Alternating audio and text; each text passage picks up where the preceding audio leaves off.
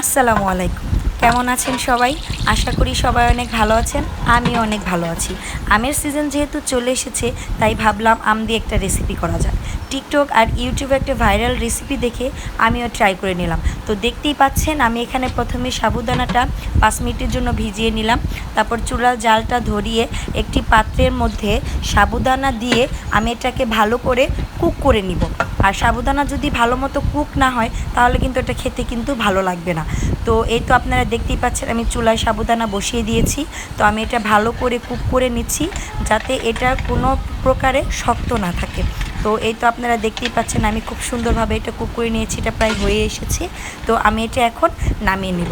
তো এই রেসিপিটা করতে আমাদের যা যা উপকরণ লাগবে, আমি এখানে আম নিয়েছি, সাথে নিয়েছি কাস্টার্ড পাউডার, তার সাথে নিয়েছি চিনি, আর লাগবে দুধ। এই তো অল্প কিছু উপকরণ দিয়ে আপনার এই রেসিপিটা ট্রাই করতে পারেন।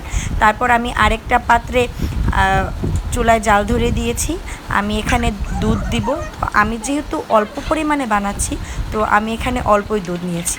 তো দুধটা তো দেখতেই পাচ্ছেন আমি চুলায় বসিয়ে দিয়েছি। দুধটা ভালো করে ঘন করে জাল করে নিতে হবে। দুধ ঘন করে জাল না করলে কিন্তু এটার টেস্ট ভালোভাবে আসবে না। তো আমি আলাদা একটি পাত্রে কাস্টার্ড পাউডার আগে থেকে গুলিয়ে নিয়েছিলাম, তো সেটা আমি দুধের সাথে মিশিয়ে দিচ্ছি। তো দেখতেই পাচ্ছেন কালারটা কি সুন্দর হয়েছে।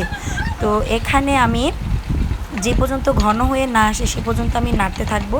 তো এই তো আমার কাস্টার্ড পাউডার আর দুধের মিশ্রণটি তৈরি হয়ে গিয়েছে। তো আমি এটা এখন নামিয়ে নিব। তো এখানে আমি আগে থেকে সাবুদানা বাটিতে ছেঁকে নিয়েছিলাম। সাবুদানার সাথে দুধটি আমি ভালোভাবে মিশিয়ে দিব। দেখুন কত সুন্দর কালার এসেছে। আর আমগুলো আমি ছোট ছোট করে কুচি করে নিয়েছিলাম যাতে দেখতেও ভালো লাগে আর খেতেও যাতে ভালো হয়। তো আপনারা সবাই বাসায় ট্রাই করে আমাকে জানাবেন যে রেসিপিটি কেমন হলো। তো আমি এটা হাফ অ্যান আওয়ারের জন্য রেফ্রিজারেটরে রেখেছিলাম। আপনারা চাইলে সারাতে রাখতে পারেন। তো দেখুন এই যে কত সুন্দর হয়েছে। তো আজকের ভিডিওটা এই পর্যন্ত। সবাই ভালো থাকবেন, সুস্থ থাকবেন। আসসালামু আলাইকুম।